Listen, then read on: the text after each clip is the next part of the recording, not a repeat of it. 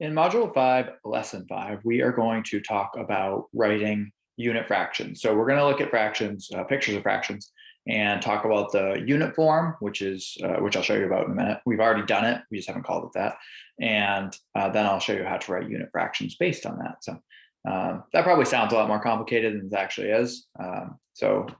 Let's dive into it. And the second half of the lesson, we'll be working on some word problems. So expanding our knowledge of fractions and how they work, and then applying them to word problem scenarios.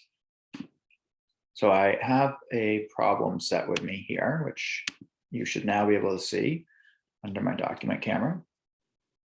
And you see on the left side, we have a bunch of different drawings, and one part of each of those, one equal part, is shaded in. It walks you through this like step by step. So how many total number of equal parts? Well, in this first one, there's two. So there's two total parts, that side and that side. The number that are shaded in, well, one of the two is shaded in. So unit form, I'd say it's 1/2. So that's where you like write it out, like 1/2. The fraction then is when you say 1/2 or 1 out of 2. You write 1/2 numerically as a fraction. So let's take a look at the second one. We have three sections equally divided. So 3 total parts. Again, 1 is filled in. We're working with unit fractions. Unit fractions is always going to have 1 in the numerator. So in this case, this entire column, we'll find out it's going to be 1. We have 1/3, right? So that unit form is using the word third. Basically, that's what we need to do, writing it out. And then when we make the fraction, we know that our numerator is 1 and our denominator is 3. You're going to notice that the numerator is this column. You can't see what I'm doing, so let me zoom up a little bit. And our denominator is this one. Our numerator, this is like the definition of numerator and denominator. It's the total shaded parts in this case for numerator, and denominator is the total number of equal parts. So the total number of equal parts is always going to go on the bottom of the fraction, and the number you're talking about, in this case, the shaded ones, are going to go on the top. So it looks like a lot of boxes to fill in, but really it's less work than it seems. So here we have 4 total parts of our whole. One of them is shaded in. So we have 1/4. And we write 1/4 as a fraction, like 1/4. Again, this is our numerator and this is our denominator. And we could continue with 5 total parts, 1 shaded in. We have 1/5. So 1 out of 5 is shaded in. 1, 2, 3, 4, 5, 6. We have 6 total parts, and 1 is shaded in. So we have 1/6. And 1/6, or 1/6, is our fraction, our unit fraction. And lastly, we have 8, and 1 is shaded in. So we have 1/8, and we can write that as a fraction with 1/8. So they design it this way just so you can really understand like where the numerator and denominator are coming from. The numerator is, in this case, the number of shaded parts. And the denominator is always going to be the amount or the number of parts to one whole.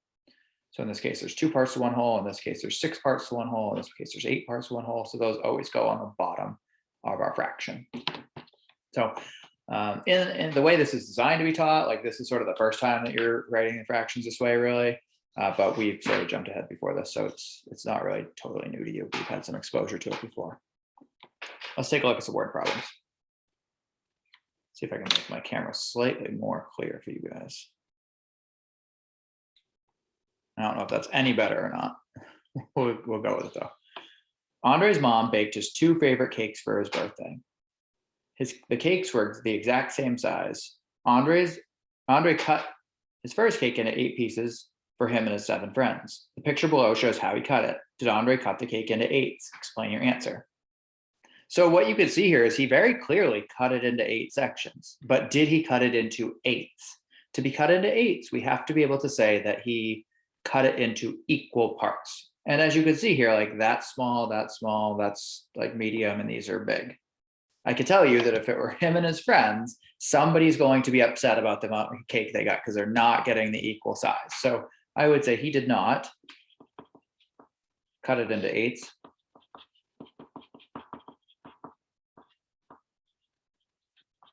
Because they are not the same size. All the parts are not equal. We talked about this before. So like if you are sharing cake with your siblings is always a good example. If you didn't cut the parts equally, somebody's going to be complaining to mom and dad that they didn't get the fair amount, like they didn't get the same amount. So in order to have fractional units, we have to have equal parts. And so in this case, clearly, we do not. All right. 2 of Andre's friends come late to his party.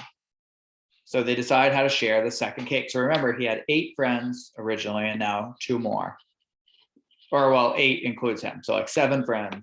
So Andre plus 7 friends plus 2 more friends. So we're going to end up with 1 plus 7 is 8, plus 2 more is, whoops, at 8 on the brain there. 10 people. So they're deciding how to share the second cake. We now have 10 people. Show how Andre can slice the second cake so that he and his 9 friends can each get the equal amount with none left over. So we're going to finish this cake entirely here. What fraction of the second cake will they each receive?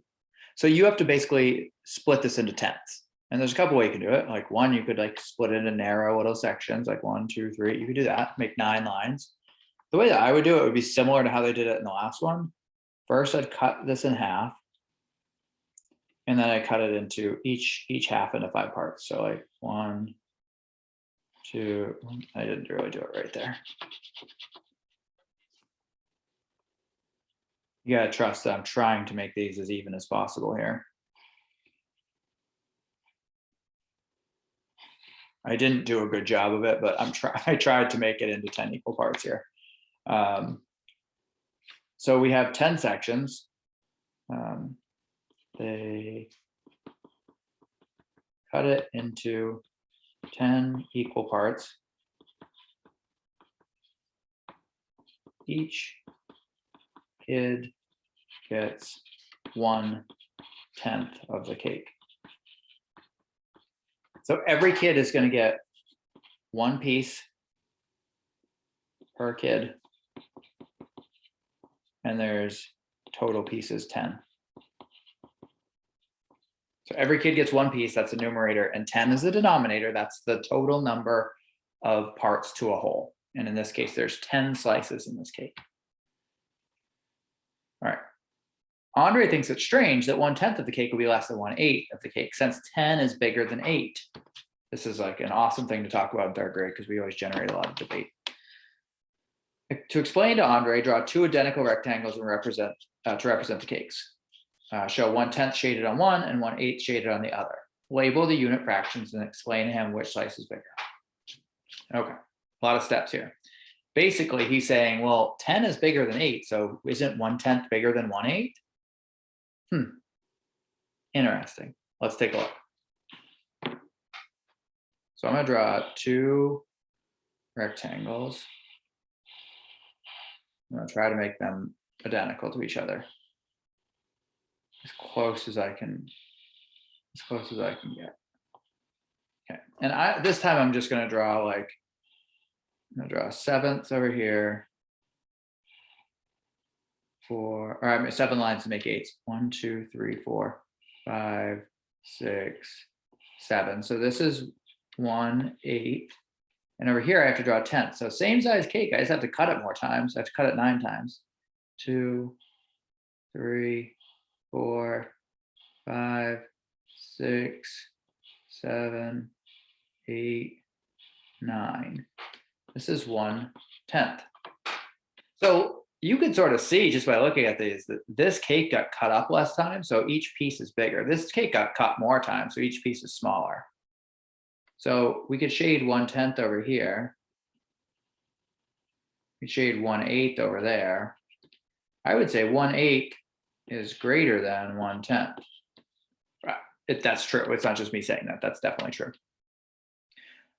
Here's the thing to remember here. When we're comparing fractions, unit fractions, unit fractions, pay attention to that part. We're comparing unit fractions.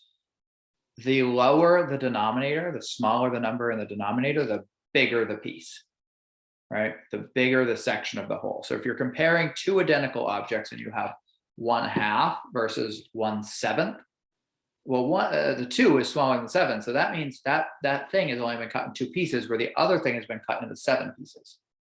I would rather have 1/2 of the cake than 1/7 of the cake, although that wouldn't be super healthy, right? 1/2 would be much bigger. That original thing has only been cut 1 time. It's been cut into 2 pieces, whereas the other thing has been cut 6 times into 7 pieces.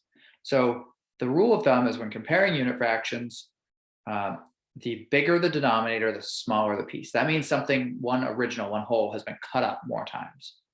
So the bigger the denominator, the smaller the parts within the whole. And that's an important piece to understand. And that's something that we'll continue to talk about because that's important. And as we start comparing fractions, which is sort of important work that we do in 3rd grade, that's something for us to keep in mind.